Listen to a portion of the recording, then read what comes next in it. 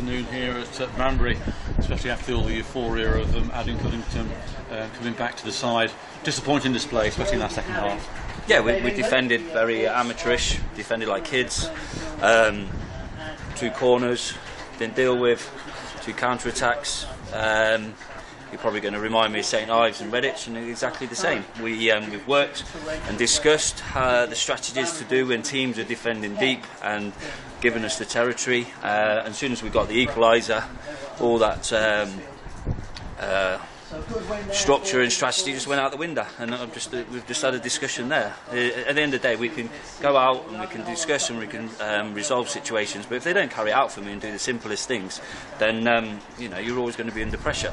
I don't expect my goalkeeper to beat from a corner. I don't expect Darrell to try and be clever on the byline. I expect him to clear it. 2 players there that wouldn't even think of that, would they?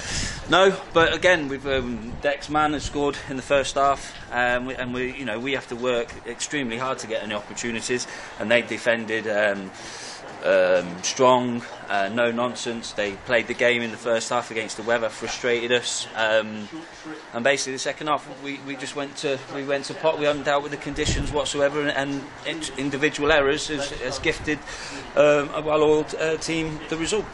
People are going to question probably the forward line with Holman. We've got Cunnington and O'Connor up front there. Must have probably 2 shots all game. And we got back to 1-1, and I bet you thought then, yes, we're going to turn the corner now. Well, yeah, exactly. Well, the errors have come from our defending, our individual defending. It hasn't come from a strategy, it hasn't come from a shape. We played the same shape. We brought in physical presence to deal with like weathers like today, and when teams are putting numbers in. Yeah, there was an error of link-up play that didn't quite come off, but certainly there was good signs. But where we were vulnerable and where we were weak was on the counter-attack, and we've discussed and we've talked through things, and they didn't carry it out in the second half. Puts a bit of pressure on us then, doesn't it, with Stourbridge winning. We have got those games in hand. We are back at Latimer Park against Hitchin on Saturday. Got a week to put this right. It needs to be done, doesn't it? Oh yeah, look, don't get me wrong. Everything was going to go swimmingly easy. We've struggled this month. Ironically, history. We all seem to struggle in the end of November and December for whatever reason. But yeah, it's been a bad month. We need to get through it. Got to resolve the individual errors in the defending.